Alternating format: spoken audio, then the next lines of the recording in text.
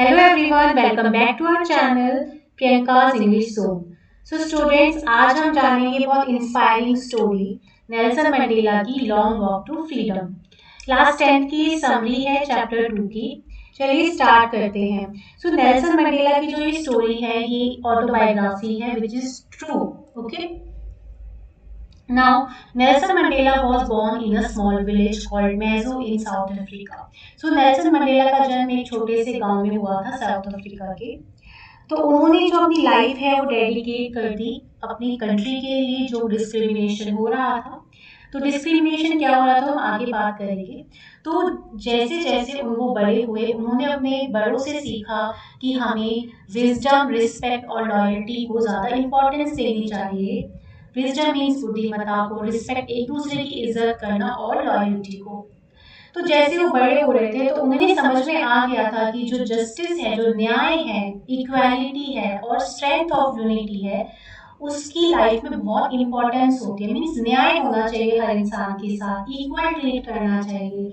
एक कंट्री में लोग हैं तो ऐसा नहीं है कि किसी को कास्ट के अकॉर्डिंग या कलर के अकॉर्डिंग सब भेदभाव किया जाए, ऐसा नहीं होना चाहिए। और स्ट्रेंथ ऑफ यूनिटी भी मीन्स एक रहना चाहिए लोगों को, एकता में बल की इंपॉर्टेंस उन्होंने सीखी। इसके साथ साथ मंडेला ने सीखा लीडर वही है जो कंट्री में अपने लोगों के लिए सेवा करता है, उनको अपलिफ्ट करता है, आगे बढ़ाता है, ना कि उन्हें डीमोटिवेट करके उनके साथ डिस्क्रिमिनेशन करता है। तो वो ट्रू लीडर नहीं होता है। ओके, और यही जो बात थी उन्होंने अपनी लाइफ में आगे फॉलो करी। Now injustice and apartheid.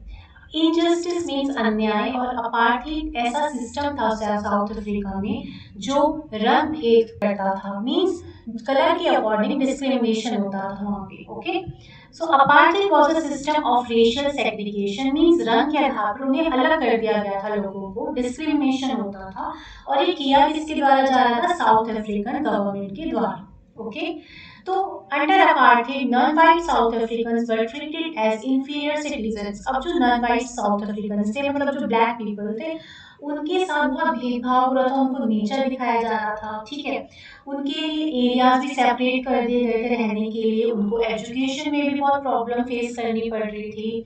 मतलब हर तरह से उनको अन्याय ही मिल रहा था। ठीक है, This racial discrimination affected every part of life from education and jobs to healthcare and travel. Means life में हर चीज पे असर पड़ रहा था उनको। ठीक है, उनकी एजुकेशन सही से नहीं हो रही थी, जॉब सही नहीं मिल रही थी। ठीक है, हेल्थ केयर, ट्रैवल, सब चीज में उन्हें प्रॉब्लम फेस करनी पड़ी उन लोगों को जो ब्लैक पीपल थे। ओके, अब ये सब हो रहा था तो मंडेला जो थे ना वो बहुत डीपली डिस्टर्ब हो गए थे, क्योंकि वो लोगों के बारे में बहुत सोचते थे।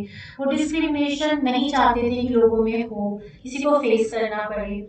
तो वो इन चीज़ों से बहुत डिस्टर्ब हो गए थे और उन्होंने ये प्रण लिया एक तरह से कि वो इक्वालिटी और फ्रीडम के लिए लड़ेंगे। ठीक है, अगेंस्ट उसके बोलेंगे। तो ये सिस्टम ऑफ अपार्थाइड यही था और मंडेला ने इसके खिलाफ बहुत सारे प्रोटेस्ट करे। ठीक है, एक अफ्रीकन नेशनल कांग्रेस थी जिसे एएनसी भी कहते हैं, ये साउथ अफ्रीका में थी और ये एक पॉलिटिकल ऑर्गेनाइजेशन था जो अपार्थाइड को एंड करने के लिए बहुत ट्राई कर रहा था, बहुत प्रोटेस्ट कर रहे थे ताकि लोगों को इक्वल राइट्स मिल सके, किसी के साथ कोई डिस्क्रिमिनेशन ना हो। तो मंडेला ने उसी पार्टी को ज्वाइन किया था, अफ्रीकन नेशनल कांग्रेस को। बहुत सारे प्रोटेस्ट करे, स्ट्राइक करी। ठीक है, कि जो ब्लैक साउथ अफ्रीकन है उनकी तरफ भी जो साउथ अफ्रीकन गवर्नमेंट है वो ध्यान दे, ना कि डिस्क्रिमिनेशन करे, उनके साथ इक्वल राइट्स दे।